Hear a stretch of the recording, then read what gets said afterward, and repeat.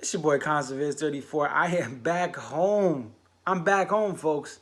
I went to night 3, drove to the airport in Seattle, made it through Squanomi Pass, however you pronounce it. Thank the Lord Jesus. Dropped off the rental, flew out, had a layover in Charlotte. Now I'm back in CT. What a weekend. But I want to do a review of night 3. And I'm glad that I didn't do it right away or even back when I was in Washington. I'm glad that I waited a little bit because it gave me a little bit of perspective, but I'm still going to keep it 100. You guys already know. But let's review the Gorge Night 3. This was September 1st, 2019. Now, I was talking to a friend I made there. Shout out to Katie. We hung out for night 1 and night 3 when I was on the lawn. She's, we were having some good conversations. And one thing I said is, I said, you know what? As long as they don't end the show with the cover like Watchtower, I'm fine. They can play whatever else they want. So what do they do for night 3? Forget this Stairway to Heaven partial. That doesn't count, okay? And Watchtower Pride. That doesn't count. They ended the entire Gorge weekend with Watchtower. So this was a very, very controversial thing. Fans were still happy. I'm still happy about this. I will take a Watchtower ending and trade that for Warren. I will say that. I said that about night 2. I will take whatever the stuff I didn't like about night 2 to hear Warren Haynes on Cortez. I'm saying it again for night 3. But that's where we start off. Watchtower ending this show, a non-DMB song, is the point of contention for a lot of fans. A one-song encore at the Gorge, folks, at the Gorge. So that is a big thing. No double encore. We thought, hey, they waited too. They didn't just, the people didn't come out just to start cleaning up the rugs and all that right away. It was a little bit of a waiting period. And then people were like, oh, are they going to come? Are they going to come? And then the house music came on after about 3 to 4 minutes, okay? 3 to 4 intense minutes of like, okay, are they coming back? And they're not. Now, I had some things initially. I was happy about the weekend. I came out of that venue smiling and also sad to say goodbye to people I had just met. And, there was also Mark or Marcus, the other light-skinned brother like me who was there supporting DMB. I saw him a couple times this weekend and some other people that I had to say goodbye to. But I was upset a little bit or just kind of thinking in my mind, they left a lot of songs on the table. Spoon. They just had played that in Colorado. They left Joyride on the table, which was, again, if this Gorge weekend recaps kind of the stuff they've been doing. They left Joyride on the table. They left Sugar Will on the table, which has gotten a lot of plays. That's there. JTR still hasn't been played since 2006 on the West Coast, and the last time on the West Coast was in the Gorge weekend. I believe it was night 2 or 3 or something like that of 2006. So a lot of songs were left. I didn't think JTR was going to be played, but Spoon, Say Goodbye, Joyride, and Sugar Will, those songs, none of those are played. So I was like, bro, what is going on? I'm glad I went back to night 3 last year. Night 3 last year, now they had a 3-song encore, which would have been cooler. They did Dave did a Butterfly Dave solo, right? They do Watchtower, and then they do Cornbread. Cornbread, not my favorite DMB song to end on, but it is a DMB song. But at the same time, I mean, they still had Watchtower in that last night. Also, another thing about this night, you have Superstition, you have So Right, you have 27, One Sweet World, but you do have the That Girl Is Used, and the She's. You do have a Captain, so I think night 2 last year looked like a better set. I wasn't there last year, but it still was. They didn't have like a super crazy Superstition you can argue. They didn't have a Last Stop or a Dreaming Tree or a Spoon for night 3. So when I look at that, that's what changes my perspective on how night 3 was. It would have been nice to have more of it. And the other thing, and this is the last negative thing that I'll try to bring out, the other thing is DMB, I always talk about this. DMB has a limited amount of special things they're going to do for a show and for a weekend. So we get a tour debut for night 3. It's Proudest Monkey. Beautiful song. Love it. But if that's the tour debut that I had to choose for night 3, I would choose a lot more songs that are realistic. or even just playing Say Goodbye, playing a Joyride over Proudest Monkey. When you don't have as many heavy punches for night 3, as far as these super rare songs, when Proudest Monkey is the tour debut, that's a little disappointing. The other thing is you have a guest for She. Now, I know this is a song. They have one of the trumpets that played on this. I don't care about She. But it has been improved. Saw it in Hartford. Saw it in last night at the Gorge. They have revamped the ending of that to make it better. But I don't want She to be highlighted for the Gorge weekend. I'm sorry. I'm sorry, Dave. We love your music, okay? I bought this package of Come Tomorrow with the bonus disc, okay? I support the music. But that's not what I want at the Gorge. I don't want She to be highlighted, okay? I want Spoon. I want, something else. So you have that. That's the thing is, like, that's what was highlighted. Ooh, we get She with a guest. Oh, nice. And then you have like the That Girl Is You. Funny the Way It Is a good song, but those 1-2 punches, I'd rather have a Stoner at 1-2 slot than Funny the Way It Is or That Girl Is You. And in the middle of this and at the end, there's not really a consistent boom, boom, boom, boom, boom, boom, boom, boom, dope part. The best run I think you could argue is maybe the So Right Raven 41. Some people may say the Graves Minarets recently, Proudest Monkey. But there's not really there's not really like oh wow, this part of the show, they knocked it out of the park.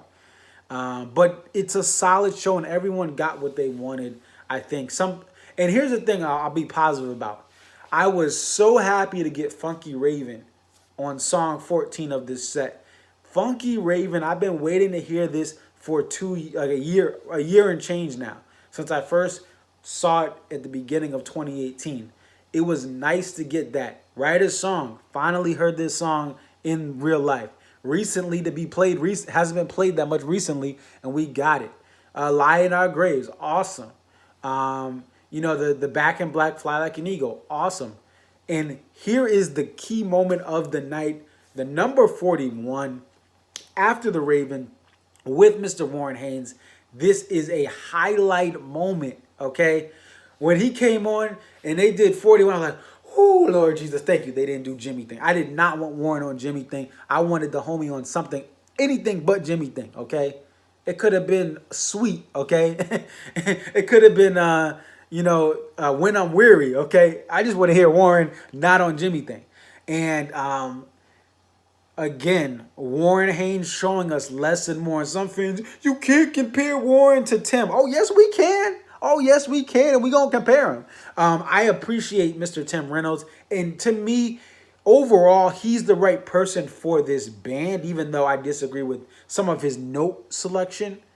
Warren is someone who sounds great with the band, but he is really, his heart is with the Government Mule, which is more of a bluesy southern rock or just a heavy rock band.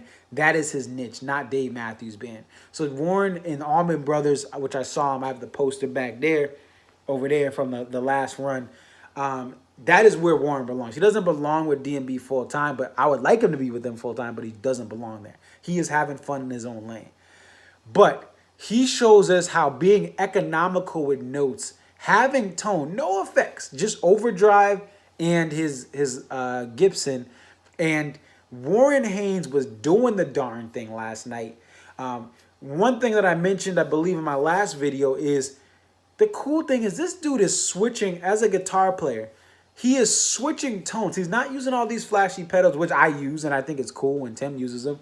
But he's just going from his rhythm switch, which is the up switch on the Les Paul, and then that gives you more of a bass sound. And then he's going to the lead treble part of the bridge, which gives you more of a higher rock sound, higher overdrive sound. He's going back and forth, but he's doing it flawlessly within the solo. He's giving us space in between. Imagine that. D&B solos with space, not a bunch of like Cardi B. Okay, like we have Rashawn and we have Jeff and we have Tim just going crazy with the note. Just slow down, folks. And I have this issue. I'm not close to any of these artists in skill or talent. But when I play guitar, one of my issues is I play too many notes as well at times. I'm trying to get more. Less is more. It's very, very hard to do. Warren Haynes, great example of this. Derek Trucks, another great example. Clapton, another great example. I mean, just less is more. And this was the moment of the night. Yet again, Warren steals the show, saying, "Hey Tim, this is how you should play 41, okay, with your solo." But Tim does a good job too. He does slow it down a little bit for the 41 solo, understanding that it's jazzier. But Warren Haynes, I mean, he's just on a whole nother level, and we can compare him. What Warren does great with this band again is he gives space. Even when Dave isn't really playing much, he gives space to Dave if Dave wants to noodle if he wants to. He gives space to Stefan. He lets Carter do whatever he does, and he slows it down and he builds it up. Okay, that's another thing, and the band does this with typical and all this stuff. But Warren does a great job. And the other thing he's doing flawlessly, all right, he's going from having a guitar pick to then having a guitar slide and then using his fingers for harmonics towards the end of his solo or mid-end of his solo. He's doing all of this flawlessly, and he's a guest sitting in. I mean, it was just amazing to see both nights him switching the bridge pickup location, going from the harmonics to the guitar pick to the slide. Like, it was a treat. And it was worth whatever Watchtower ending I didn't want. It was worth it to see Warren put in the work. So it was a great experience there. Warren Haynes stole the show yet again.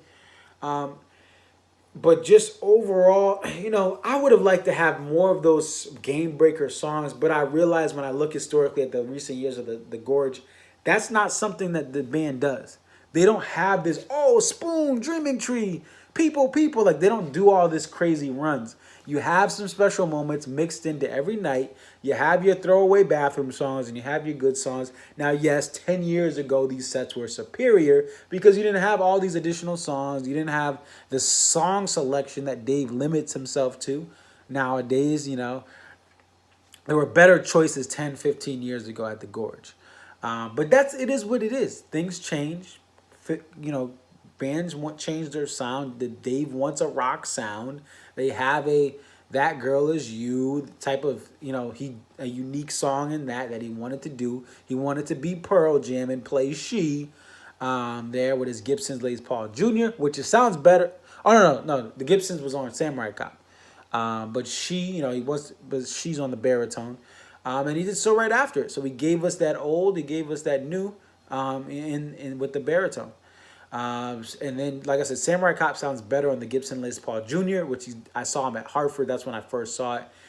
Him play it live when I was at Hartford. That's a red big guitar, not a little red guitar. So, a great experience. The other thing I'm gonna make a video on later on is the crowd wasn't feeling the deep cuts. Lying in the Hands of God, people didn't care. Raven, people didn't care except me. Even Write a Song, it got a little bit of buzz, but the lawn crowd is different. And even when I was in the seats on Saturday, the people next to me didn't know the off-key satellite intro, which is okay. That's okay. They were great people. They were dancing, fun neighbors to be around. But people are going to the Gorge and they're not hardcore fans, but that's a thing I may bring up because that's the reality with any fan base. You have football message board guys for college football. They think everyone in the fan base or most of the fan base is these hardcore fans. No, most people are casual people who have a job. They have other obligations. They have other things in their life outside of football, outside of a concert. So I may make a video on that this week. But a great experience, a very good show. I would have liked certain things to be changed. But, dude, Warren Haynes, I will take some of the stuff that I didn't want to happen to hear that 41 and to hear a funky Raven before it with Buddy Strong leading that new Raven that started EST 2018.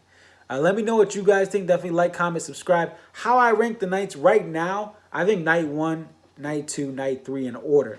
The reason I say that Drunken Soldier moment, Cortez was awesome, but we expected to have that. Drunken Soldier was the biggest surprise, and that set for night 1 shocked me because I thought night 1 was going to be more like night 3. I thought they were gonna build up.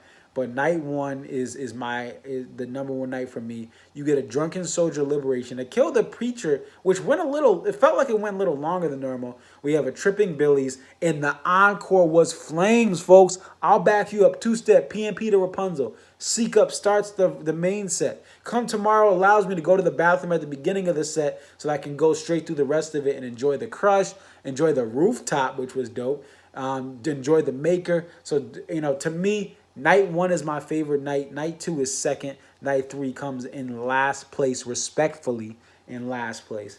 But I know there's other ways you can do it. It's your boy ConstantViz34. That's all I got for you today. Peace.